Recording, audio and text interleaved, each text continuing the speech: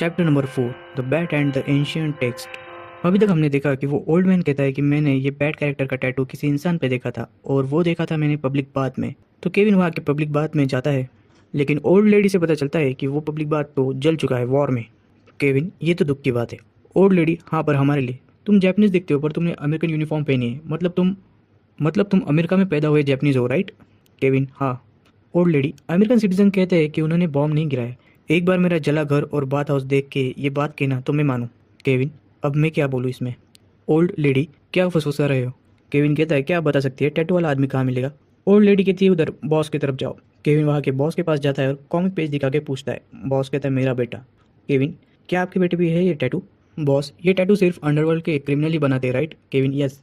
मेरा इडियट बेटा टैटू के कारण सुधर गया। टैटू के कारण उसे कुछ ड्राफ्ट पेपर भेजे गए और उसने मिलिट्री के लिए अप्लाई कर दिया और उस इडियट ने रीज़न दिया कि मैं जा रहा हूँ वॉर रोकने। केविन, कहाँ है अब वो? बॉस, वो स्टैंड ऑफ में है, साउथ में एनिमी के साथ। उसने ब्रिटिश ट्रॉप से हाथ मिला लिया है। स्टैंड ऑफ मतलब जिस लड़ाई में ना समझौता होता है, ना किसी की जीत, ना किसी का प्रॉफिट होता है। बॉस रोने लगता है। He was shot dead. Kevin, मैं कैसे कहूँ, पर आपका बेटा इडियट नहीं था। और उस टैटू के बारे में? बॉस, मुझे कैसे पता? किसी को पता ही नहीं उसकी बॉडी कहाँ है। केविन जा ही रहा होता है, तभी बॉस कहता है, और एक बात, वो पागल कहता था जो उसका बैड टैटू है वो अच्छा है, बट जो दूसरा बैड टैटू है is a bad one. Kevin वहाँ से जा ही रहा होता है, तभी छोटा बच्चा मिल जाता है और वो कहता है, तुम्हें चार्ली ने याद किया है और इस पते पे तुम्हें बुलाया है। Come to OSS Charlie. Kevin OSS में एंटर करता है, उसे आईडी पूछी जाती है। वो कहता है, मैं चार्ली ईशुजा के साथ हूँ। तभी चार्ली पीछे आ जाता है और उसकी एंट्री करवा देता है। OSS मतलब office of strategic services. Charlie कहता है, तुमने यह काम नहीं किया है, सही? केविन कहता है, नहीं, मैंने सिर्फ पेट्रोल्स के लिए ट्रांसलेशन किया है। फिर चार्ली केविन को एक रूम में लेके जाता है जहाँ एंशियंट टेक्स्ट बुक और स्क्रोल्स भरे पड़े थे। यही वो जगह है जो मैं तुम्हें पहले बता रहा था। सारे जैपनीज एंशियंट टेक्स्ट है यहाँ पे। हम चेक करते हैं इसमें क्या लिखा है और जो पास नहीं होता उसे जला देते हैं। केविन, वाह, उनके पास स्क्रोल्स भी है? चार्ली, अरे उससे भी बढ़िया कुछ दिखाता हूँ, इधर आओ। चार्ली, जो तुम सर्च कर रहे हो और अमेरिकन सर्च कर रहे हो वो एक ही चीज़ है। ये सीक्रेट सोसाइटी का एंशियंट टेक्स्ट है जिस पे बैट का मार्क है और इसे अमेरिकन भी ढूंढ रहे हैं। ये तुम्हारे कॉमिक कैरेक्टर जैसा है। चलो लंच करने जाते हैं, मुझे कुछ बात करनी है तुमसे। केविन, क्या तुम उस बुक को सच में बाहर लेके जाने वाले हो? Charlie, it's fine. वो दोनों एक रेस्टोरेंट में खाने बैठते हैं और चार्ली ओनर को पूछता है, अरे भाई ये किस तरह का मीट है? ओनर, ही। चार्ली, ही का क्या मतलब है? और खा लेते हैं। चार्ली केविन से कहता है, कोई मिस्टेक नहीं है, ये टेक्स्ट में का बैट तुम्हारा ही बैट कैरेक्टर है, राइट? केविन कहता है कि मुझे याद नहीं कि मैंने ऐसी बुक पहले कभी देखी है। चार्ली, नहीं, मैं श्योर हूँ, जब तुम जापान में थे तब तुमने इसे देखा होगा, याद करो। केविन, नहीं। तभी केविन को कुछ याद आता है। चार्ली, क्या हुआ? केविन, कुछ नहीं, हमें बिना डीप इंस्पेक्शन के। केविन, कुछ नहीं, हमें बिना डीप इंस्पेक्शन किए कुछ पता नहीं चल सकता, यही इसका सार है। चार्ली, तुम्हारा कॉमिक बिग हिट है ना? केविन, नहीं, मुझे अभी तो बहुत हार्डवर्क करना है इस पे। चार्ली, तुम वही पॉपुलर कॉमिक आर्टिस्ट बनने वाले हो जिसका तुम सपना देखते थे।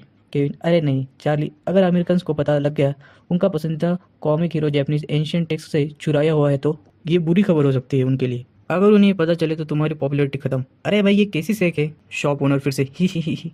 चार्ली, अरे फिर से वही, मैंने पूछा ये कैसी शराब है? अगर तुम मुझे पे करोगे तो मैं चुप रहूंगा। केविन, हाँ? चार्ली, मैंने कहा अगर तुम चाहते हो कि ये सीक्रेट किसी को ना पता चले तो तुम्हें मुझे पे करना पड़ेगा। केविन, ये क्या कह रहे हो तुम? चार्ली, मैंने कुछ नहीं चुराया। चार्ली, ये मैटर नहीं करता है कि तुमने कुछ चुराया है या नहीं, मैटर ये करता है कि मैं चुप रहूं या नहीं। केविन, कितने पैसे? चार्ली कहता है, बस थोड़े से, इस सेक में क्या मिला है ब्रदर? और चार्ली जोर से हंसने लगता है। तभी हम देखते हैं कि कॉमिक पेज पे बिली चल के आता है और कहता है, किल हिम। केविन कहता है, तुम कौन हो? बिली कहता है, मैं हूँ बिली बैट। अगर तुम इसे नहीं मारोगे तो तुम और कॉमिक नहीं लिख पाओगे। अगर तुम लिखते रहे तो तुम अमीर बन जाओगे। हम देखते हैं केविन लैंड, जहाँ बड़ा सा अम्यूजमेंट पार्क है। वो केविन, ये तो सपने जैसा है, हमारा सपना बस कुछ दूर है, बस इसे मार दो। और सीन चेंज, हम देखते हैं केविन कहीं पड़ा है और वो अपनी आंखें खोल रहा है और देखता है तो क्या, सामने चार्ली की डेड बॉडी पड़ी होती है और वो चिल्लाता है। तभी कोई कहता है, शट अप। केविन पूछता है, तुम कौन हो? शॉप ओनर, मैं तो थक गया हूँ इससे। क्या तुम्हें कुछ याद नहीं? तुम मेरे यहाँ शराब पी रहे थे। Kevin, the yakitori restaurant. तुम दोनों में झगड़ा हुआ और तुम कंट्रोल से बाहर हो गए। तुम इसे क्या कहते हो? Karate chop. केविन, क्या मैंने? ओनर, एक हिट में और बाम, और फिर तुमने मेरा एक नाइफ उठाया और चॉप चॉप चॉप। ये तो सच में बहुत बड़ी मुसीबत है। मैं तो अपना बिजनेस भी चुराए हुए सामान से करता हूँ और अगर तुम्हारे शॉप में मर्डर होता है तो सब खत्म। पता है ये कितना मुश्किल है, लाश को घसीट के लाना और उस पे से तुम ड्रंक। केविन कहता है, मैंने ड्रिंक की थी? वो दिमाग पे जोर डालता है, तभी उसे एक पिलर पे बिली बैट की पिक्चर याद आती है। तभी वहाँ और एक आदमी आता है और ओनर से कहता है, तुम्हें यहाँ तक बुलाने के लिए सॉरी।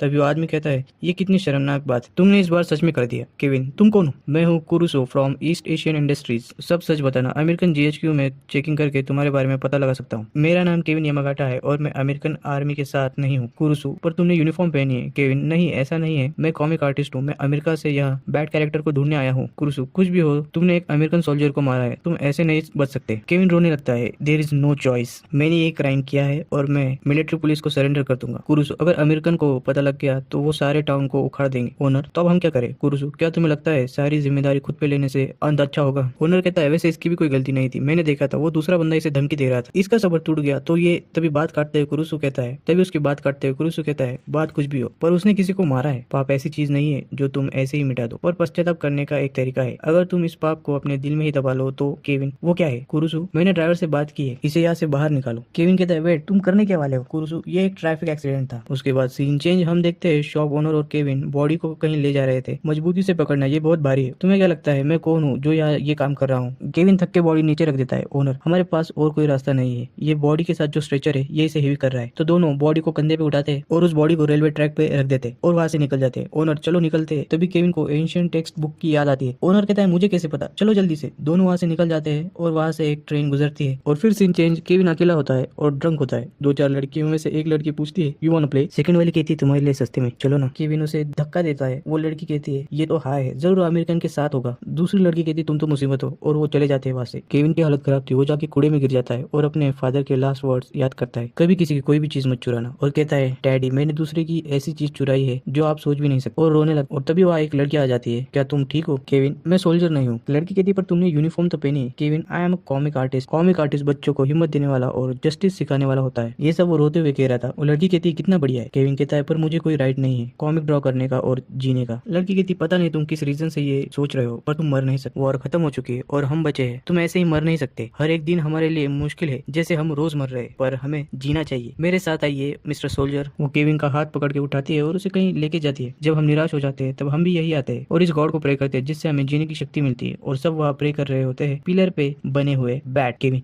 क्या, ये मैं क्या देख रहा हूँ?